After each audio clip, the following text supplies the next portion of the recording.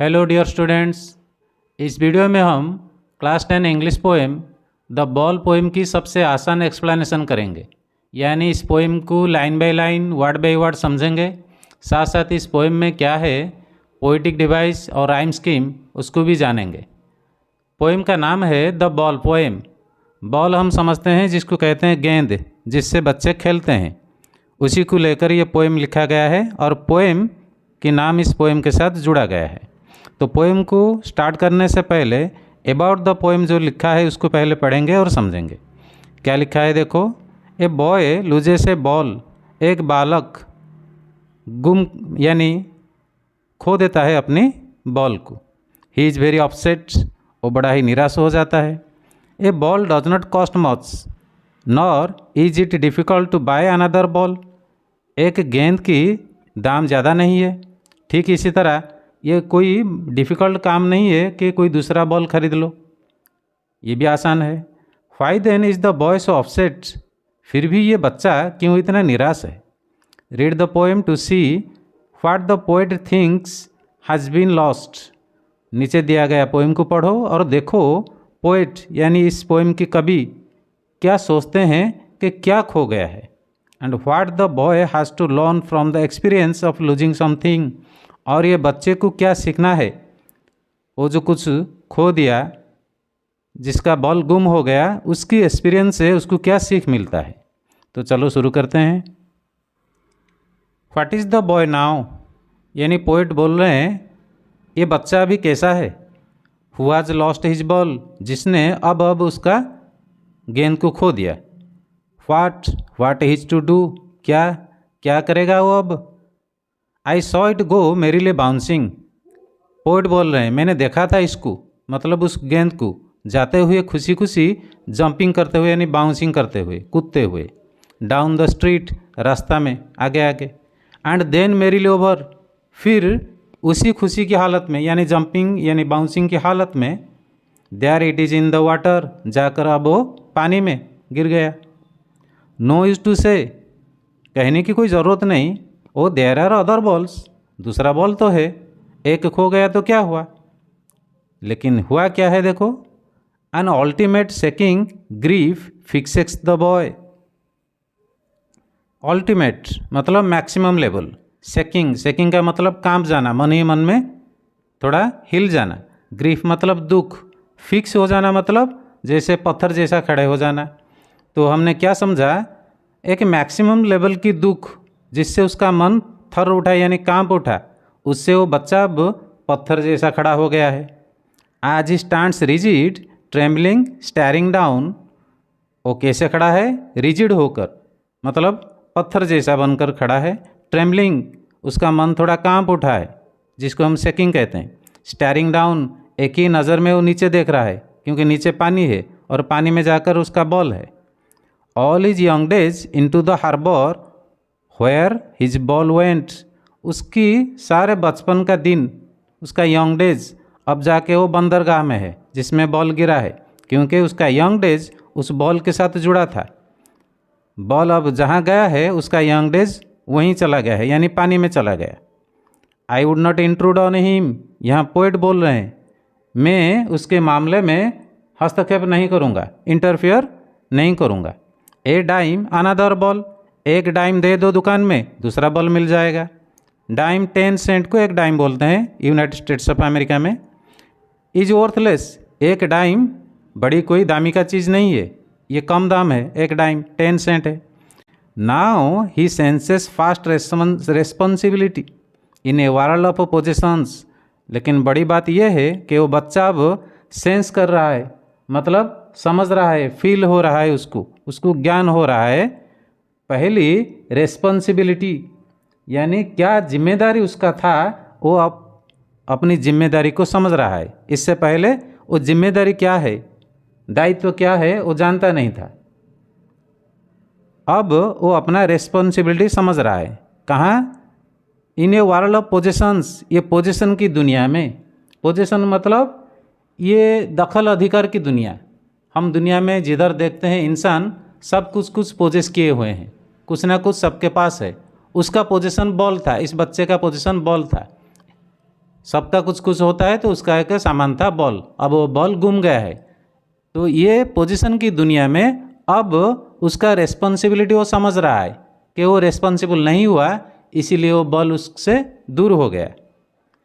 People will take balls, balls will be lost always. Little boy, यानी little boy को address करके poet बोल रहे हैं कि पीपुल विल टेक बॉल्स, यानी लोग तुम्हारे बॉल ले जाएंगे, यानी तुम्हारे धन दौलत लोग ले जाएंगे तुमसे छीन के या चोरी करके। Balls will be lost always, नहीं तो नेचुरल वे में तुम्हारा धन दौलत खो सकता है, ये तुम जान लो। And no one buys a ball back, तुम्हारा कुछ अगर लॉस हो जाता है, वो बॉल भी हो, तो कोई दूसरा आदमी तुमको खरीद के नहीं देगा। मनी इज एक्सटर्नल, यहाँ पोइट बोल रहे हैं पैसा जो है वो एक्सटर्नल है, ये बाहरी है, ये कोई भीतरी चीज़ नहीं है मनी। एक एग्जाम्पल, किसी दौलत आदमी के पास बहुत सारे दौलत है, दौलतमंद आदमी के पास, लेकिन उसको कभी कभी दुख मिलता है, तो उसका दौलत उसको उस दुख से सेव नहीं कर सका, दुख उसके मन के अंदर लगा है, उसका पैसा बाहरी है, उसके मन के अंदर जो धक्का लगा है, दुख लगा है, उसका पैसा उसको बचा नहीं सका, इसलिए मनी को कहते हैं एक्सटर्नल। ही इज लर्निंग, यहाँ पोइट बोल रहे हैं वो बच्चा सीख रहा है अभी, वेल अच्छी तरीके से। बिहाइंड हिज डेस्परेट आईज, वो निराश नज़र में जो देख रहा है उसको बॉल को, उसके पीछे उसका मन सीख रहा है। क्या सीख रहा है? द एपिस्टेमोलॉजी ऑफ लॉस, यानी लॉस किसको कहते हैं, नुकसान किसको कहते हैं, उसको समझ रहा है। एपिस्टेमोलॉजी मतलब एक कैपेसिटी ऑफ अंडरस्टैंडिंग। और क्या सीख रहा है? हाउ टू स्टैंड अप, अगर एक बार कुछ लॉस हो गया तो जान तो नहीं दे देंगे, फिर से हमको खड़ा होना है, तो फिर से उसको खड़ा होना है, ये वो सीख रहा है। Knowing what every man must know, every man must one day know, और ये भी जान रहा है कि दुनिया में हर इंसान को एक दिन ऐसी एक्सपीरियंस से गुजरना है। And most know many days, बहुत सारे लोग हैं उनको बहुत दिन लगता है सीखने में ये चीज़, लेकिन अब ये चीज़ उसके साथ कम उम्र में हो गया है, वो जल्दी सीख गया लॉस क्या है और रिस्पॉन्सिबल कैसे होना है। और क्या सीखना है? हाउ टू स्टैंड अप, नुकसान के बाद फिर से कैसे खड़ा होना है, ये भी सीखना है, वो बच्चा अब सीख रहा है। और इस पोएम के पोएट हैं जॉन बेरीमैन। अब चलो देखते हैं इसका राइम स्कीम। और बात यह है कि इस पोएम में कोई राइम स्कीम नहीं है, ये पोएम बिना राइम स्कीम वाली। तो फिर हम चलते हैं क्या है पोइटिक डिवाइस इस पोएम में देखेंगे। पोइटिक डिवाइस जो मिल रहा है इस पोएम में हमको वो है अनाफोरा। अनाफोरा किसको कहते हैं? अगर कोई वर्ड मिनिमम 2 सेंटेंस की बिगिनिंग में रिपीट हो रहा है तो उसको कहते हैं अनाफोरा। इस पोएम में 2 अनाफोरा है। फर्स्ट लाइन और सेकंड लाइन को देखो, फर्स्ट लाइन की बिगिनिंग वर्ड है व्हाट और सेकंड लाइन की बिगिनिंग वर्ड भी है व्हाट, तो इसको कहते हैं अनाफोरा। ये एक हो गया। दूसरा अनाफोरा देखो, थर्ड लाइन की बिगिनिंग और फोर्थ लाइन की बिगिनिंग, ये मेरीली है और मेरीली, दोनों जगह मेरीली से स्टार्ट हुआ है सेंटेंस, तो इसको कहते हैं अनाफोरा। तो 2 अनाफोरा मिल गया हमको। नेक्स्ट पोइटिक डिवाइस जो मिल रहा है वो है रिपीटेशन। रिपीटेशन किसको कहते हैं? अगर कोई वर्ड मिनिमम 2 बार किसी सेंटेंस में या लाइन में रिपीट हो रहा है तो उसको कहते हैं रिपीटेशन। यहाँ देख लो सेकंड लाइन में व्हाट व्हाट 2 बार रिपीट हुआ है, इसको कहते हैं रिपीटेशन। और एक एग्जाम्पल भी है, यहाँ देखो बॉल्स बॉल्स, यहाँ 2 बार रिपीट हुआ है, तो ये हो गया रिपीटेशन। नेक्स्ट पोइटिक डिवाइस जो मिल रहा है वो है कॉन्सोनेंस। कॉन्सोनेंस क्या है समझो, अगर कोई सेंटेंस में मिनिमम 2 वर्ड की लास्ट साउंड कॉन्सोनेंट वाली हो, लास्ट साउंड अगर कॉन्सोनेंट है तो इसको कहते हैं कॉन्सोनेंस। ये देखो फर्स्ट लाइन में 2 वर्ड, एक है हाज दूसरा है हीज, यहाँ 2 वर्ड की लास्ट साउंड ज सुनाई देता है, तो ज एक कॉन्सोनेंट साउंड है। ठीक इसी तरह थर्ड लाइन में 2 वर्ड है डाउन और देन, डाउन की लास्ट साउंड है नो और देन की लास्ट साउंड है नो, तो नो एक कॉन्सोनेंट साउंड हो, तो इसीलिए ये हो गया कॉन्सोनेंस। और यहाँ देखो यहाँ 2 वर्ड है ट्रेम्बलिंग और स्टैरिंग, तो ट्रेम्बलिंग की जो लास्ट साउंड जो है स्टैरिंग की लास्ट साउंड वही है, और ये साउंड दोनों साउंड कॉन्सोनेंट साउंड है, ये वावल साउंड नहीं है, तो इसलिए ये हो गया कॉन्सोनेंस। और यहाँ भी देख लो यहाँ 2 वर्ड है, एक है वुड दूसरा है इंट्रूड, ये दोनों वर्ड के लास्ट साउंड डॉ सुनाई देता है, तो डॉ एक कॉन्सोनेंट साउंड है, इसलिए ये हो गया कॉन्सोनेंस। ठीक इसी तरह कोई दूसरा कॉन्सोनेंस अगर है तो तुम सर्च करके देख लो अपनी तरफ से। नेक्स्ट पोएटिक डिवाइस है एलिटरेशन। एलिटरेशन किसको कहते हैं? अगर मिनिमम 2 वर्ड की बिगनिंग साउंड अगर कॉन्सोनेंट है, एंड साउंड अगर कॉन्सोनेंट हो गया तो उसको कहते हैं कॉन्सोनेंस, लेकिन बिगनिंग साउंड अगर कॉन्सोनेंट हो गया तो उसको कहते हैं एलिटरेशन। ठीक इसी तरह फर्स्ट लाइन की 2 वर्ड, एक है हाज, दूसरा है हिज, तो ये बिगनिंग की साउंड हो गया ह, तो ये हो गया एलिटरेशन।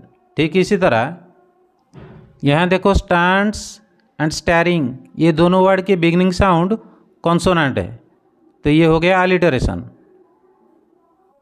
और यहाँ देखो बाइज ए बॉल बैक, यहाँ 3 वर्ड की बिगनिंग साउंड बॉ है, तो बॉ एक कॉन्सोनेंट साउंड है, तो ये हो गया एलिटरेशन। ठीक इसी तरह अगर दूसरा एलिटरेशन इस पोएम में है तो उसको ढूंढ निकालो अपनी तरफ से। नेक्स्ट पोएटिक डिवाइस जो मिलेगा वो है एजोनेंस। एजोनेंस किसको कहते हैं? अगर मिनिमम 2 वर्ड में हमें भावेल साउंड मिल रहा है, वर्ड की बीच में से हो या एंड में से हो, कहीं भी हो, तो उसको कहते हैं एजोनेंस। तो देख लेते हैं कहाँ है एजोनेंस। यहाँ देखो लिखा है टू डू, ये 2 वर्ड में हमें ऊ साउंड मिल रहा है, तो ये हो गया भावेल साउंड, इसीलिए इसको कहते हैं एजोनेंस।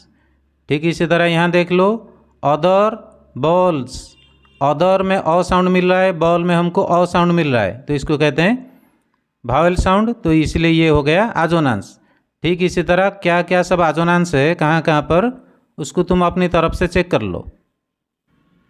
नेक्स्ट और लास्ट पोएटिक डिवाइस जो मिल रहा है वो है इमेजरी। इमेजरी किसको कहते हैं समझो।